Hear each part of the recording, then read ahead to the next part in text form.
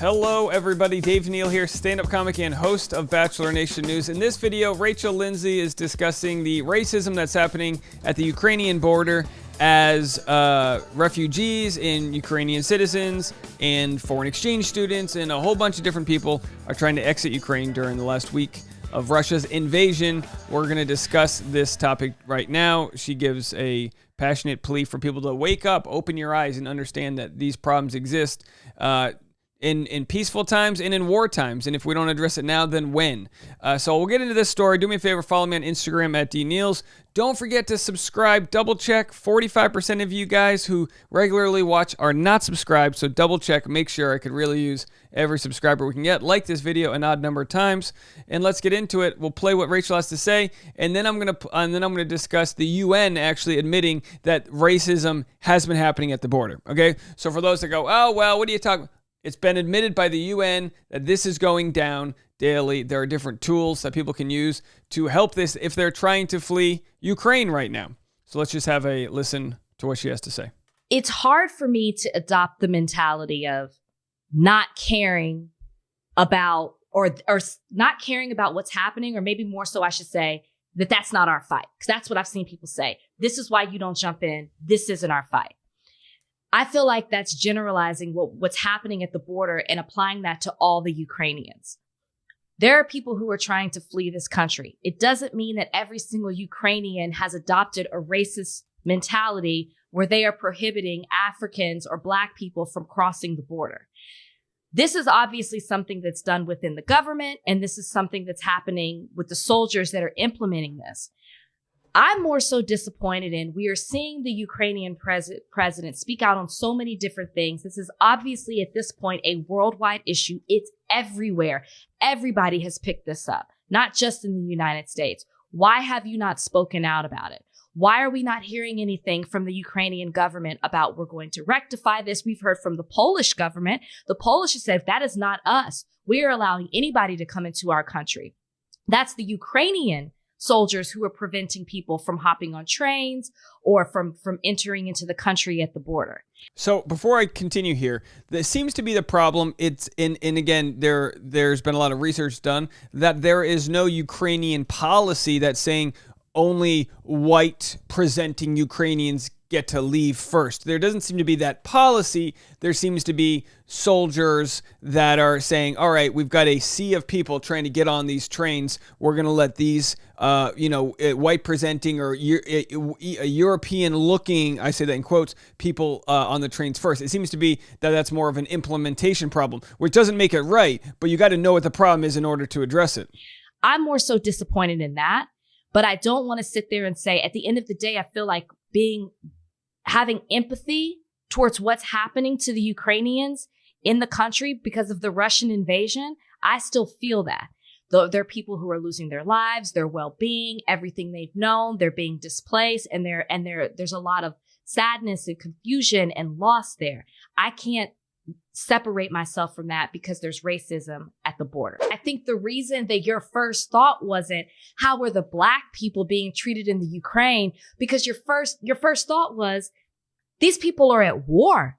So she, from the comments I read, also just a teachable moment here, she calls it the Ukraine. Apparently, a lot of people are learning this. The Ukraine is what the Russian sort of government has referred to Ukraine as. So it's not like it's probably better for us to refer Ukraine as Ukraine, not the Ukraine. If anyone's from Ukraine who would like to educate us further on that, just read from some of the comments that people are saying how ignorant to call it the Ukraine. But the point is, we're learning a lot. Americans, and people have said this before, we can't spot a country on a map until we're in a war with them. Now, America's not in this war with Ukraine and Russia, but what we're noticing, obviously, is that the whole world is conspiring, in a good way, in my eyes, to come together and place sanctions on Russia. And some people say, oh, these sanctions aren't going to do anything. They're only going to hurt the people, the citizens. And it's like, that's unfortunately how you put pressure on the Russian government to make, the ruble is now worth less than a cent. So they have this giant multi-million-dollar war chest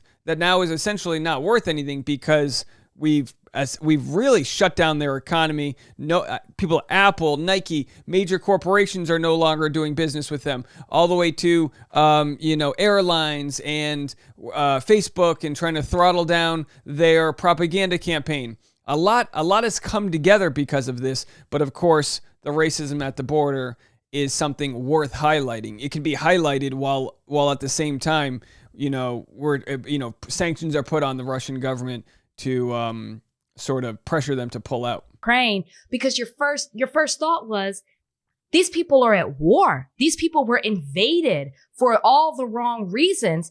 And your thought is these people are just trying to escape. So in your mind, it's like these people are at war. That's their first thought, is to save their lives. You're not thinking, oh, they're going to treat Black people the same way that they're being treated by the Russians. You're not thinking, how in the world are they still going to find time to be racist in the middle of a war? And I don't think you're wrong for not thinking racism first, thinking about the humanity of these people. But humanity is showing us time and time again the strength and the power of racism, that even when you're down and out, you still think that people who are darker skinned are the scum of the earth. It shows how deeply rooted the hatred for the color of our skin is worldwide. And I think the other thing that it makes me think too is, how can you ask the UN, the West, African countries to stand with you when you aren't even standing for everybody that's trying to get out of that country? Now, I'm on board with Rachel discussing this, but I think that last hypothetical is a tough question to ask. I believe she's talking about the Ukrainian people and Zelensky, the president, saying, how can you ask people to stand with the country when there are these racist issues happening? I'm not minimizing the racist issues that are happening at the border. I just think when there is scarcity happening, that it presents these sort of rashes, these problematic parts of society. Okay, so because there's scarcity happening, meaning only X amount of people are getting on a train at a time, it's exploiting the fact that these problems already exist. Absolutely. I don't know if Zelensky in his bunker, as he's being surrounded by Russia, is having these conversations. And it doesn't mean that we can't. That's my thought. How you gonna ask us to help you and be there for you when you are pushing mothers and children to the side, leaving them out in the cold, waiting for hours to escape this country, when you're not even looking at us as human beings at this point? So don't ask us for help when you can't even treat us like human beings. Yeah. So I get you. That's my struggle. So I appreciate the effect that I appreciate the conflating, but also it's not exactly what is probably happening with President Zelensky, where she says, how are you going to ask us for help if you're pushing mothers and children at the border? That's happening at the border. That's an issue that needs pressure to be put on, and it is being put on. But I think both things can be true at the same time. Whereas Zelensky's fighting for his life, the president, not only for his life as the number one target by the whole Russian government. Yesterday they released information that an assassination attempt was foiled by insiders in the Russian government that warned President Zelensky, hey, this is trying to go down. They're coming for you. He knows this is a regime change where Russia's trying to take over all of the military of Ukraine. They're trying to take over all of the government and have a transition of power where they now control Ukraine. Crimea, Ukraine, they have Belarus. What's next? Poland's right on that border, right? So if you're not familiar with the story, you've got the United Nations. Literally, if you attack one, you attack them all, but they're not there. Ukraine's not in the UN. They're right at the border here, and this is becoming, well, right now it's a Cold War in the sense that there's not global bloodshed happening. It's happening in Ukraine, but the Cold War that's happening is all the sanctions being placed on Russia, but it is one decision away from being a hot war, and these topics are good to talk about. And because of the people talking about it, there's been an addressing of it. UN admits refugees have faced racism at Ukraine border. So the organization's High Commissioner for Refugees acknowledged this in a statement Tuesday afternoon. You have seen reports in the media that there are different treatments with Ukrainians and non-Ukrainians. Now our observations, and we possibly cannot observe every single post, but our observations is that these are not state policies, but these are instances which it has happened. Again, doesn't make it right. Just got to know what the problem is. There is, and again, not to say that it's worse than state policies, but that just goes to show it's ingrained in the soldiers that are processing this to help those that look like them and not help the others. There's been a different treatment. There should be absolutely no discrimination between Ukrainians and non-Ukrainians, Europeans and non-Europeans. Everyone is fleeing from the same risks.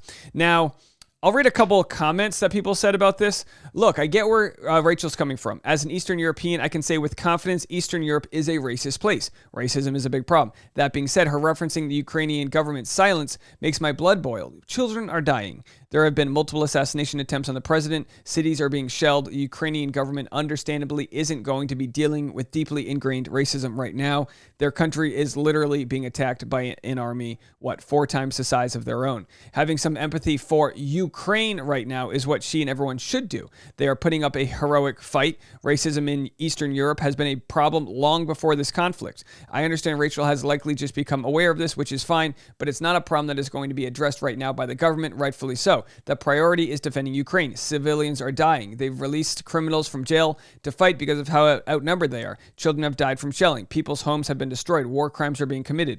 After Ukraine defeats Russia,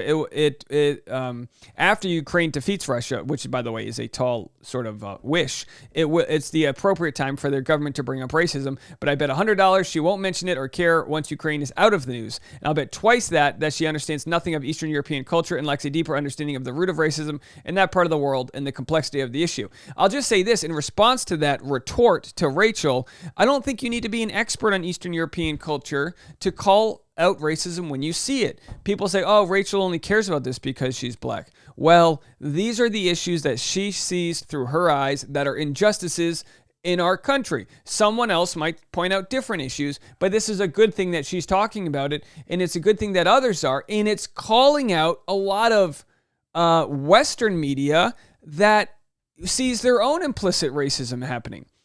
Coverage of Ukraine has exposed long-standing racist biases in Western media. And I'm just going to read a couple of these examples. It's mind-blowing. This is what professional journalists have said about what's going on at the border. And again, I know people are trying their best to wrap their head around a very complex issue here. This isn't a place, with all due respect, like Iraq or Afghanistan, that has seen conflict raging for decades, says Charlie Diagata, a CBS correspondent in Kyiv. He told his colleagues back in the studio, this is a relatively civilized, relatively European, I have to choose those words carefully too, city where you wouldn't expect that or hope that it's going to happen. And I mean, he might have a point when he says one city that hasn't had war is different than countries that have been riddled with war. But by kind of mentioning, European as a civilized area, maybe civilized right now, but of course, it's been the center of many, many wars. So it kind of hits on the aspect that white people aren't savages and others are. Now, I know that's a leap to take, but it's a dangerous, stance for him to take. His comments generated a swift backlash, and he was quick to apologize, but he was hardly the only one. A commentator on a French news program said, "We're not talking about Syrians fleeing bombs of the Syrian regime backed by Putin. We're talking about Europeans leaving in cars that look like ours to save their lives. It's very emotional for me because I see European people with blue eyes and blonde hair being killed every day." An Al Jazeera anchor said, these are not obvious refugees trying to get away from areas in the Middle East. Now the unthinkable has happened to them, and this is not a developing third world nation. This is Europe. And look, empathy exists when you see someone who looks like you in the injustice that might happen. It might be hard for a white person to see a black teen wearing a hoodie getting gunned down and see the injustice that's there because they don't see that as someone that might be their kid, their sister, their cousin, their dad. And that doesn't make it right. It just means we need to open our eyes to people that don't look like us or sound like us or speak the same language as us or have the same socioeconomic privilege that we have, and we need to sort of have empathy to realize they are the star of their story and this is the biggest nightmare that they can face. We'll have to see what happens at the border. Addressing this issue, I'm sure, is opening the eyes and getting the soldiers to not have whatever implicit racism that exists within them, at least in the moment where it can be looked at as like, all right, don't just protect your own. Let's get everybody out of here. It's important to have these conversations. I'm glad Rachel did. Let me know what you think in the comment section. Please, as always, be as respectful as possible. More content coming your way.